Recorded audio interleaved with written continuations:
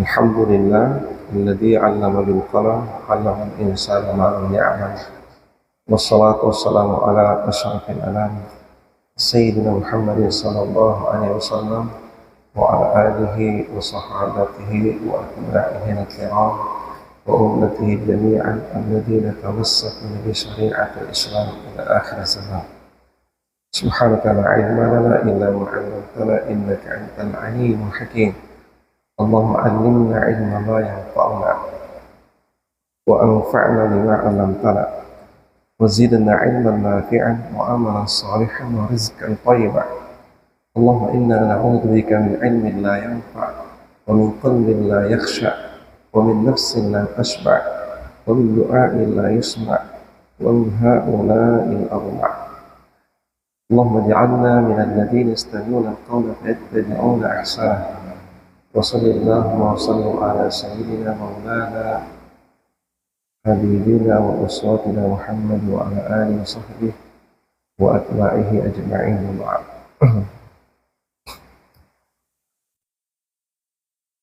قال المصنف رحمه الله ونفعنا بعلمه في الدارين. هذه أسئلة طبيعية بالنسبة للشك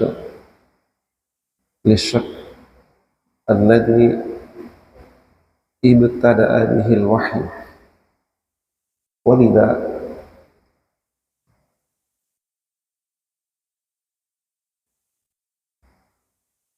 ولدي التفكير في أجوبة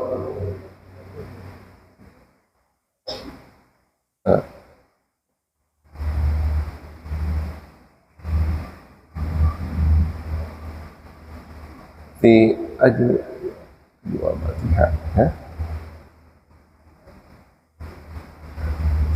أجوبتها نجدها تنطوي على حكمة باهرة،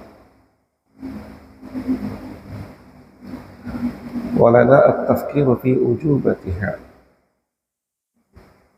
نجدها تنطوي على حكمة باهرة، ألا وهي أن يجد المفكر الحر فيها الحقيقة الناصعة الواقعة عن الوقوع في شرك محترف النسب الفكري.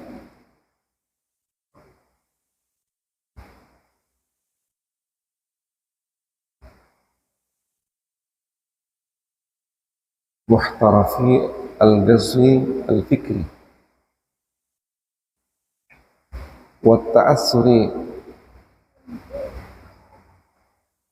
بأحيلتهم المتكلفة الباطلة.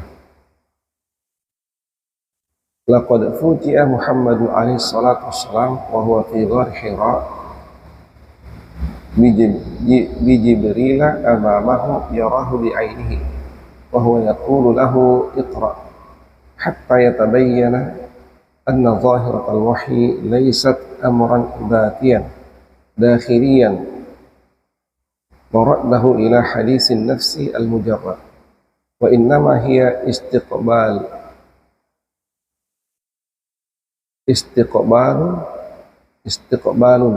وتلق، أصله وتلق لحقيقة خارجية لا علاقة لها بالنفس وداخل الذات. وضم الملك إياه ثم إرساله 3 مرات قائلا في كل مرة اقرأ، يعتبر تأكيدا لهذا التلقي الخارجي ومبالغة في نفي ما قد يتصور من أن الأمر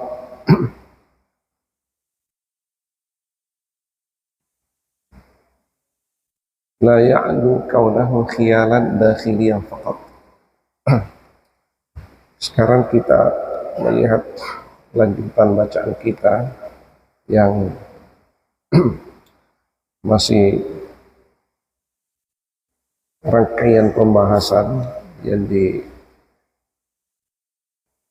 oleh maghrib kita di sini mengenai al-ibrah wal izat, ya, ibrah-ibrah, pelajaran-pelajaran dan nasihat-nasihat yang dipetik di balik tahapan peristiwa yang sangat bersejarah ini di dalam dunia dakwah Islam, yaitu bada'ul wahyi, awal mula turunnya wahyu, sebagai indikator pengangkatan kenabian dan kerasulan Nabi kita Muhammad sallallahu alaihi wasallam selaku nabi dan rasul yang terakhir, diutus oleh Allah untuk menyempurnakan semua risalah yang pernah diturunkan dan didakwakan oleh nabi dan rasul-rasul sebelumnya. Di sini betapa banyak yang sudah disampaikan oleh guru kita di sini.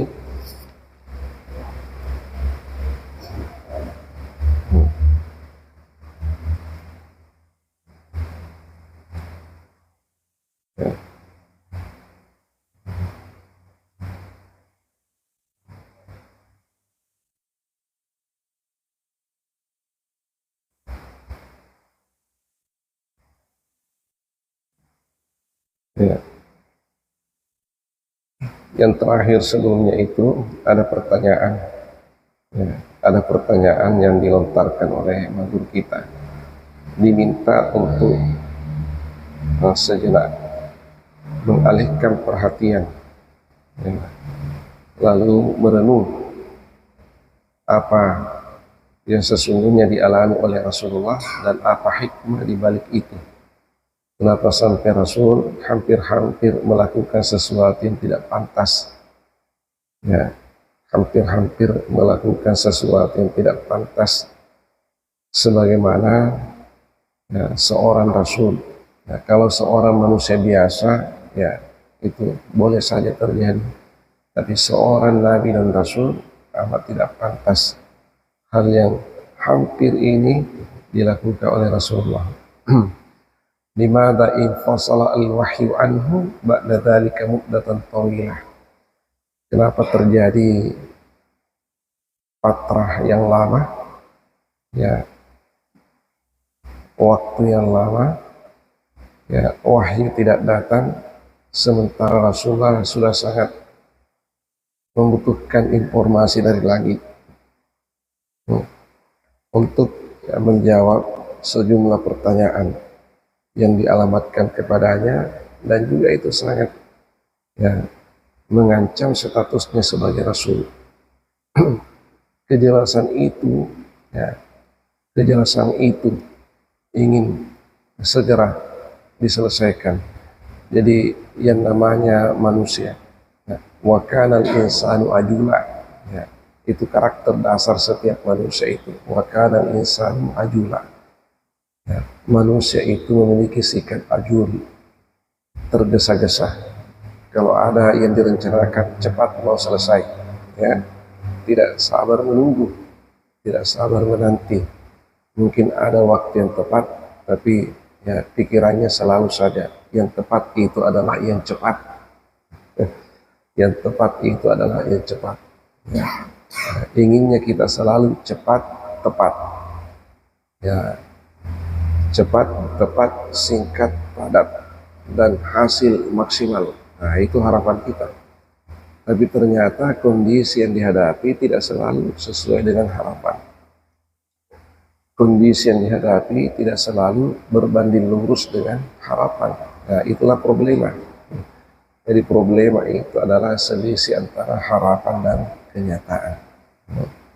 Jadi kalau ada mahasiswa menulis skripsi, tesis dan disertasi, intinya di dalam merumuskan persoalan itu adalah itulah dasaing dasoleh, ya, kenyataan dengan harapan. Apakah itu berbanding lurus? Kalau sudah berbanding lurus, tidak ada masalah di situ. Nanti masalah ketika harapan dan kenyataan itu berselisih. Nah, itulah masalahnya. Ya, jabarkanlah itu, buatlah poin-poinnya. Ya, itulah rumusan masalah. Nah, lalu carilah solusinya. Ya, dengan merujuk kepada literatur. Ya, nah, ya, landasan teoritis sekaligus landasan teologis. Nah, yang tidak boleh kita nafikan, mesti kita libatkan dan dijadikan pijakan prioritas adalah Al-Quran dan hadis. Berikut itu pandangan-pandangan ulama di dalam memahami ayat dan hadis yang dikutip. Jangan penulis langsung berpendapat, jangan. Engkau belum saatnya berpendapat, jangan melampaui ulama. Ya, ketika Al-Qurannya engkau kutip, maka lihat pendapatnya ulama tafsir. Ketika hadis yang engkau kutip, lihat pendapatnya ulama hadis. Ketika kajiannya itu fikih, maka coba sentuh pendapatnya imam-imam mazhab. Ya, lalu ulama-ulama yang ada di jajaran berikutnya. Ya, setelah 2-3 di antara mereka yang engkau lirik pendapatnya, engkau bisa membandingkannya. Ya, dan sesekali engkau juga bisa melahirkan pemikiran yang baru, tapi pemikiran itu semata-mata adalah milikmu. Ya, itulah. Jadi ada panduannya itu. Nah, sehingga kalaupun nanti penulis ini berpendapat, tidak lihat, ya, ada riwayat pendapatnya itu bahwa merujuk ke ini, sampai mengeluarkan pendapat seperti ini. Itulah buah pikirannya. Nah, itu manhaj kita. Nah, termasuk yang disampaikan oleh maguru kita di sini, ya, ini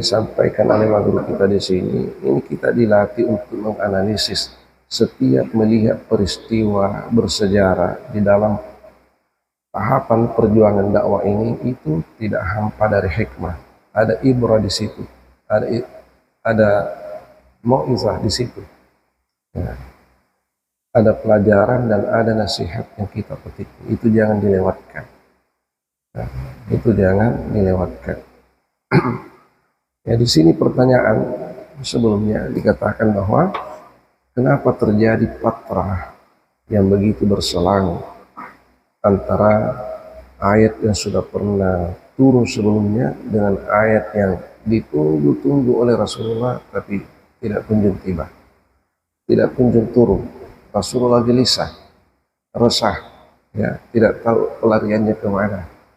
Ya, karena ketika berbicara tentang wahyu ini, ya, itu kaitannya dengan alaqatun ilahiyah, bukan alaqatun basyariyah.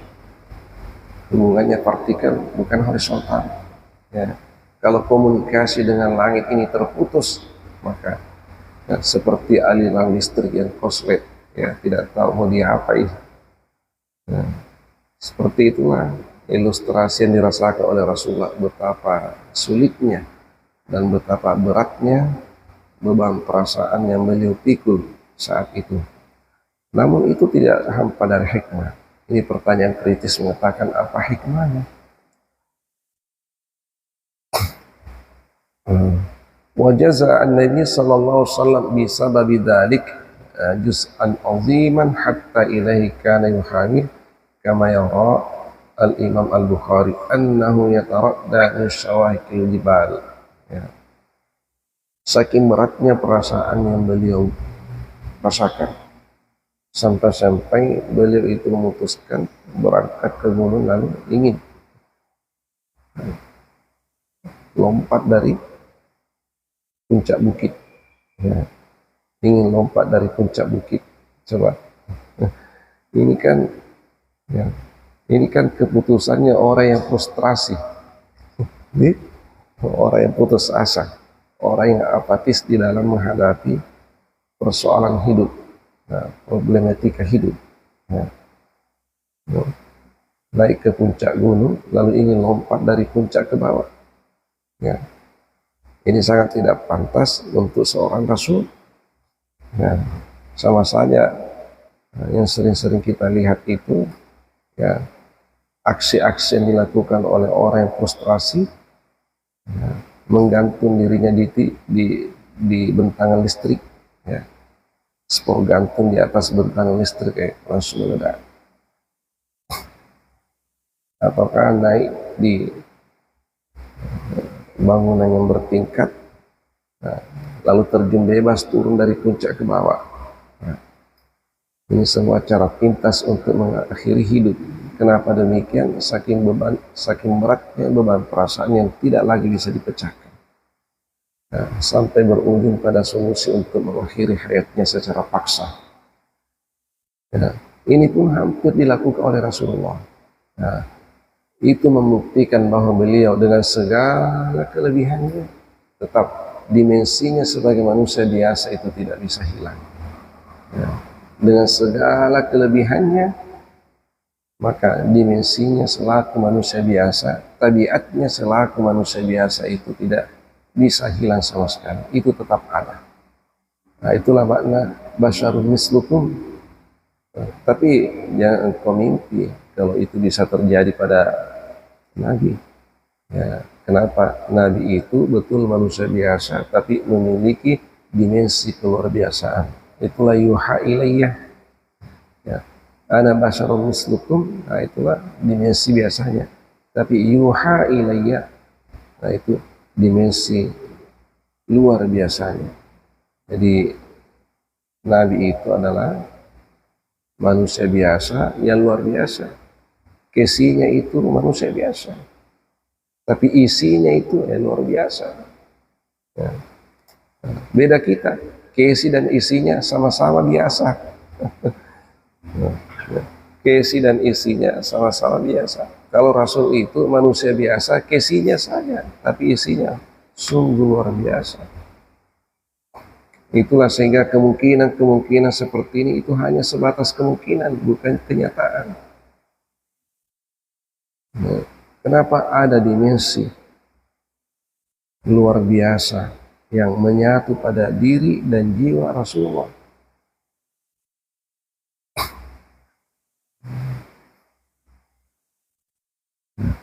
Lalu dikatakan oleh guru kita di sini, hadi as'ilatun tabi'iyah. Ini adalah, ya, pertanyaan-pertanyaan yang sifatnya alami, yang sifatnya tabi'i.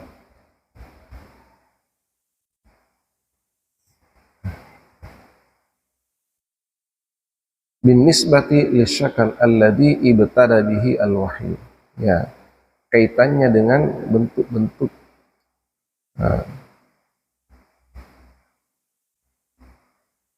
yang terjadi ketika awal mula turunnya wahyu. Ya, awal-awal turunnya wahyu. Itulah sejumlah problema, persoalan, permasalahan yang dialami oleh seorang Nabi dan Rasul pilihan Allah di dalam memulai dakwanya. Ya, baru memulai dakwanya langsung berhadapan dengan problema. Jadi orang yang tidak kuat mentalnya, orang yang tidak kuat mentalnya tidak akan mungkin menjadi seorang Nabi dan Rasul. Ya, ini betul-betul manusia pilihan. Ya, kalau hanya diperhadapkan dengan persoalan sedikit langsung mundur, itu bukan Nabi, itu bukan Rasul itu. Ya, inilah kita kadang, ya, karena kita ini kesi dan isinya semuanya serba biasa, ya, itulah sehingga tatkala berhadapan dengan problema langsung mundur. Kalau begini caranya, sampai di sini saja. Nah, ini bukan Nabi ini. Itu manusia biasa itu. Kalau Nabi sekali melangkah tidak akan mundur, sekali melangkah tidak akan mundur. Ya, inilah seperti petua orang Buddhis mengatakan, sekali layar terkembang tidak akan mundur ke belakang. Ya, itu filosofinya pelaut itu. Ya, sekali layar terkembang tidak akan mundur ke belakang. Bagaimanapun hebatnya ombak badai yang harus dihadapi, maka mati pilihan yang tepat baginya ketimbang dengan surut. Ini semangat juang, semangat jihad dan komitmen. Nah, itu orang-orang tua kita dulu sangat tegas pendiriannya. Kalau sudah meniatkan sesuatu, dia siap untuk berhadapan dengan segala risikonya. Nyawa pun siap untuk jadi taruhannya. Kenapa? Sudah malu untuk mundur ketika sudah melangkah.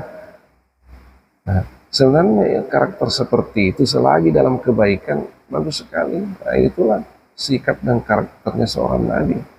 Yang hanya sedikit di antara umatnya yang bisa mewarisi sedikit. Nah, dan memang dimaklumi karena kekuatan kita ya tidak sama kekuatannya para nabi. Iman kita itu pasang surut, keluar masuk. Kalau nabi tidak, pasang terus, ya maju terus tiap pekan. Itu Imam Al-Ghazali rahmatullahi alaih membagi iman itu ke dalam 3 bagian. Ada iman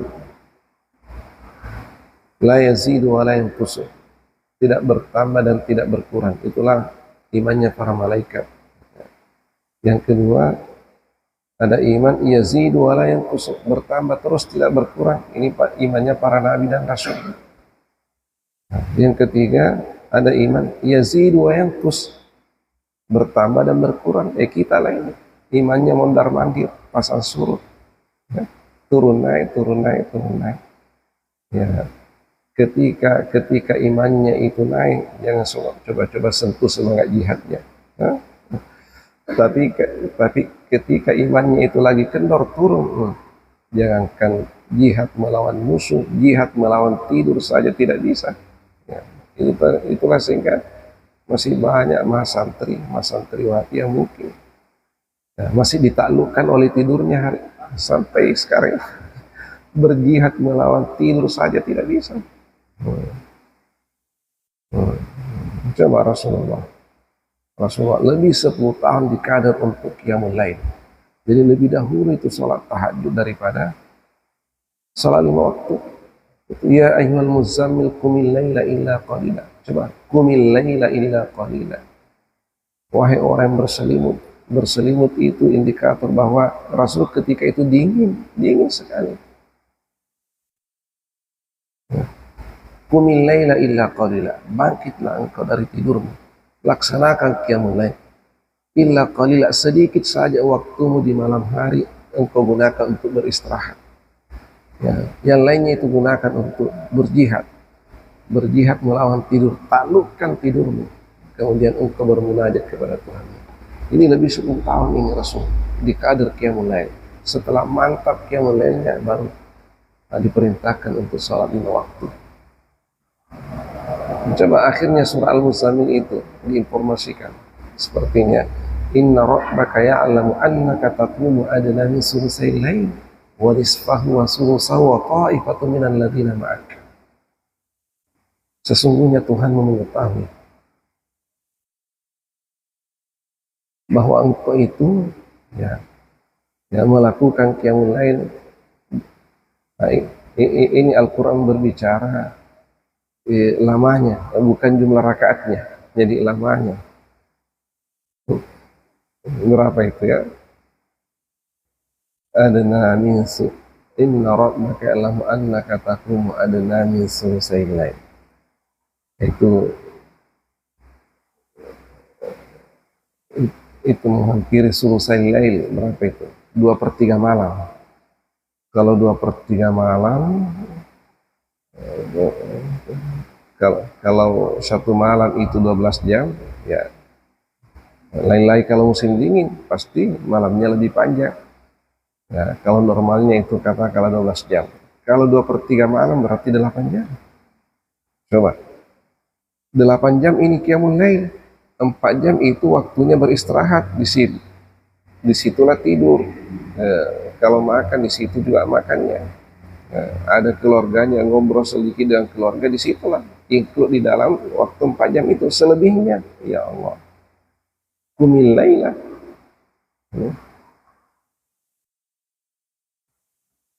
Wa nisfahu, kalau Rasul repot, ya kalau Rasul repot itu ya mungkin ada urusan dakwah atau beliau letih, ya perlu sedikit tambahan istirahat, maka qiyamul lailnya itu dikuras waktunya dari 8 jam menjadi 6 jam, ya setengah malam. Nah, kalau sibuk sekali, ada urusan dakwah yang urgen, ada persoalan yang mesti dihadapi, sehingga waktu itu mesti terkuras, ya, karena kepentingan lainnya juga tatkala pentingnya, karena ini urusan dakwah, ya, terkuras lagi.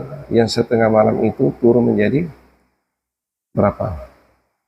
Wasulusahu, sepertiga malam, berarti 4 jam. Nah, sampai di situ saja Al-Quran menyebutkan, tidak lagi kurang dari situ. Wa ta'ifatun minal ladzina ma'ak, ya, dan sekelompok orang-orang yang turut serta bersamamu. Jadi ulama tafsir menafsirkan bahwa kita ini umatnya Rasulullah, paling maksimal kemampuan kita qiyamul lail itu sulusahu, 4 jam. Ya, coba tanya siapa di antara kita yang 4 jam qiyamul lailnya, siapa? Coba. Kalaupun ada satu malam saja, malam berikutnya. Kalau Ramadan mungkin ya. Kalau Ramadan, apalagi kalau kita iktikaf, ya boleh saja. Dimulai jam 1, jam 2.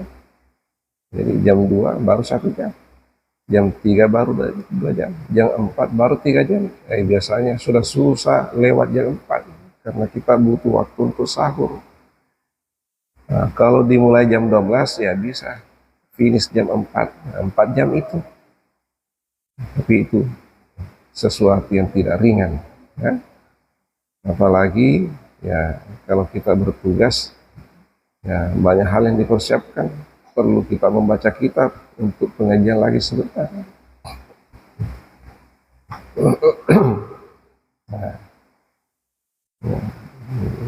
jadi kalau kita iktikaf Asyur Awakhir min Ramadan itu, ya maksimal itu 3 jam qiyamul lail. Itu sudah maksimal, ya. Sudah susah lebih dari 3 jam. Kalau iktikaf, kalau tidak iktikaf ya lebih sedikit lagi. Karena motivasi ibadahnya yang tidak iktikaf itu tidak akan sama dengan orang yang iktikaf. Makanya Rasulullah itu, nah itu kebiasaannya itu iktikaf setiap 10 terakhir Ramadan. Ya. Itu tradisinya Rasulullah yang sedikit diikuti oleh umatnya. Ya. Jadi ini Rasul di kader qiyamul lail itu lebih 10 tahun baru sholat 5 waktu. Jadi memang pengkaderannya luar biasa, di kader di malam hari. Dan itulah jihad kita sesungguhnya di malam hari, itu menaklukkan tidur. Jihad kita yang paling dekat, ya, di malam hari untuk kita adalah tidur. Musuh yang paling dekat bagi orang-orang beriman di malam hari itu adalah tidurnya. Taklukkanlah tidurnya, ya, bangunlah bermunajat kepada Yang Maha Kuasa. Niscaya insya Allah batinnya akan tercas menjadi orang yang kuat. Nah, siapa yang hebat di malam hari, insya Allah itu juga nanti yang hebat di siang hari. Nah, itu. Siapa yang hebat di malam hari, insya Allah itu juga nanti yang hebat di siang hari. Nah, sukses di malam hari menaklukkan tidurnya, insya Allah itu juga nanti yang sukses di siang hari itu untuk melakukan aktivitasnya, sejumlah aktivitasnya, ya. Itu hikmahnya qiyamul lail.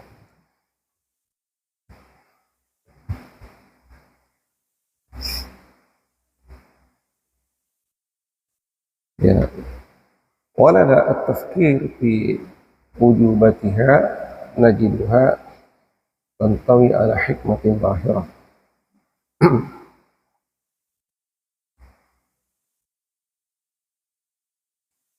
Dan memiliki, ya, pemikiran di dalam, ya, memberi jawaban yang mungkin kita bisa dapatkan, ya. Nah, bisa kita dapatkan yang melahirkan suatu hikmah yang gemilang. Ala ketahuilah, wahia ayyajida al-mufakkiru al-harufiha al-haqiqah. Ya. Itulah yang didapati oleh pemikir, ya, pemikir yang bebas. Ya. Di dalamnya itu terdapat hakikat an-nasi'ah, al-waqiyah, hakikat yang jernih, yang bersih, yang menjaga anil wuqu'i fi syirki muhtarifi al-ghaswi al-fikri, yang menjaga terjadinya, ya, pembauran, ya, pembauran orang-orang yang mendistorsi pemikiran,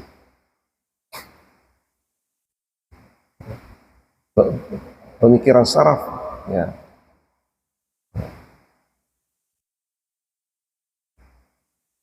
wa ta'assuri, dan pengaruh bi akhilatihim al-mutakallafa al-batilah, pengaruh, ya, khayalan-khayalan, ilusinasi-ilusinasi yang membebani, ya,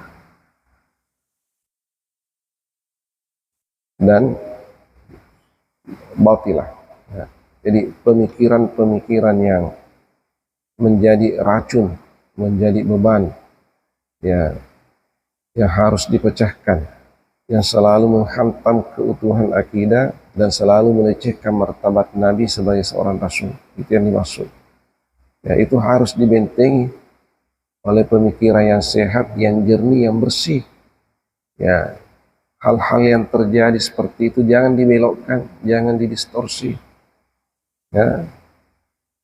Nah, sehingga terkesan bahwa Nabi ini, ya, hanya betul manusia biasa seperti kita, tidak memiliki dimensi luar biasa.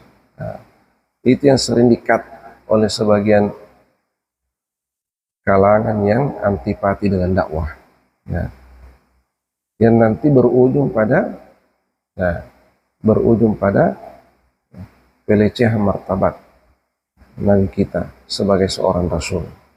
Nah, itulah yang harus dibentengi, itu yang harus dijaga, jangan sampai umat ini dirasuki oleh pikiran-pikiran atau perang-perang pemikiran, ya, perang pemikiran, ya, perang saraf, ya, lontaran-lontaran logika. Betul-betul kalau kita pikir itu, ya, rasional, dari segi pemikiran boleh saja berlian, tapi dari segi akidah sungguh sangat menyimpang.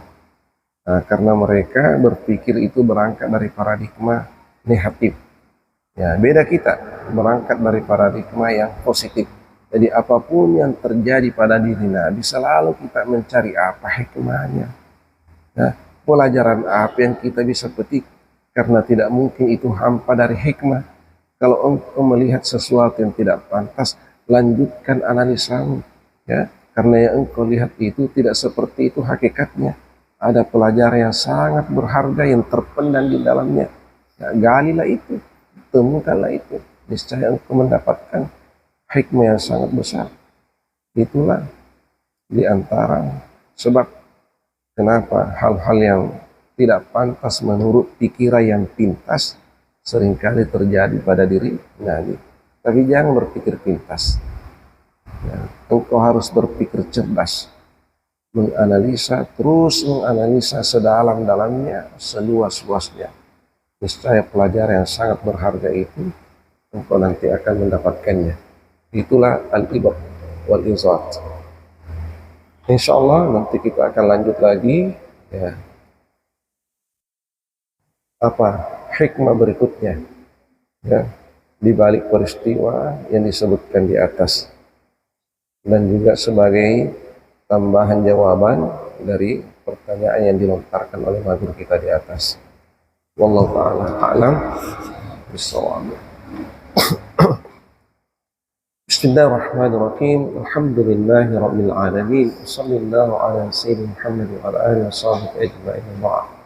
Allahumma nawwir qulubana jami'an bi nuril ilmi wa bi nuril hikmi wa bi nuril hidayah kama nawwarta as-samawati wal ardi bi nuri syamsi. Subhanakallahumma hamdika nashhadu an la ilaha illa anta nastaghfiruka wa natubu ilaik. سبحان ربك رب العزة عما يصفون وسلام على المرسلين والحمد لله رب العالمين. آمين. وما توفيقي إلا بالله عليه توكلت وإليه أنيب وبالله التوفيق والدعوة والإرشاد. السلام عليكم ورحمة الله وبركاته.